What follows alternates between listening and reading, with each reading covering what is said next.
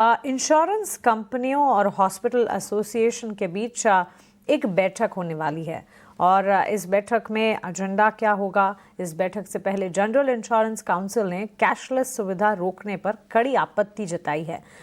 Agenda और साथ साथ इस बैठक से ठीक पहले उससे जुड़ी सारी डिटेल्स एक बार समझ लेते हैं। अनुराग शाह हमारे साथ मौजूद है। अनुराग, बताएं।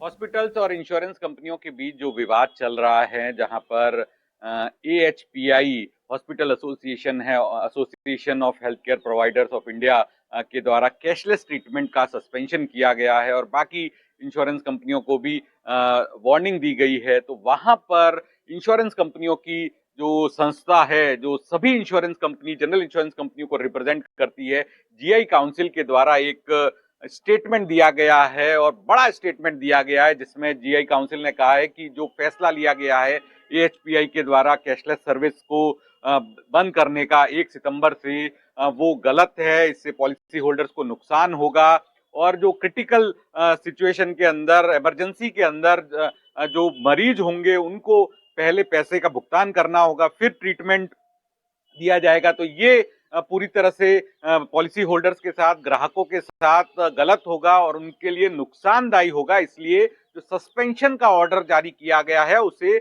हॉस्पिटल एसोसिएशन को वापस लेना चाहिए। GI काउंसिल ने यह भी कहा है कि इंश्योरेंस इंडस्ट्री के द्वारा 87,000 रुपए करोड़ का क्लेम दिया गया है, 87,000 करोड़ का क्लेम दिया गया है। और जो चीजें हैं जो इंश्योरेंस इंडस्ट्री बोल रही है, national claim, health claim exchange और कॉमन एम्पेनलमेंट, वो सभी के लिए फायदे की चीजें, इसलिए इसे इसका विरोध नहीं करना चाहिए हॉस्पिटल्स को। दूसरी तरफ हॉस्पिटल्स ने जो बजाज अलायंस को लेकर ऐलान किया है कि 1 सितंबर से 15,000 हॉस्पिटल्स बजाज अलायंस के जो पॉलिसी होल्डर्स है उनको कैशलेस ट्रीटमेंट नहीं देंगे। इसके पीछे हॉस्पिटल्स की दलील है कि रेट्स के अंदर रिवीजन नहीं किया गया है, डिडक्शंस इंश्योरेंस कंपनियों के द्वारा ज्यादा किए जाते हैं।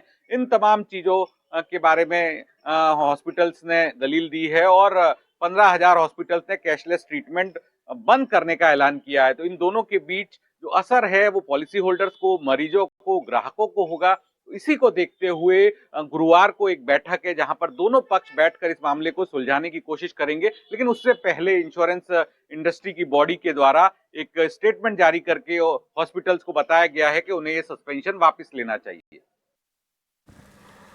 बिल्कुल।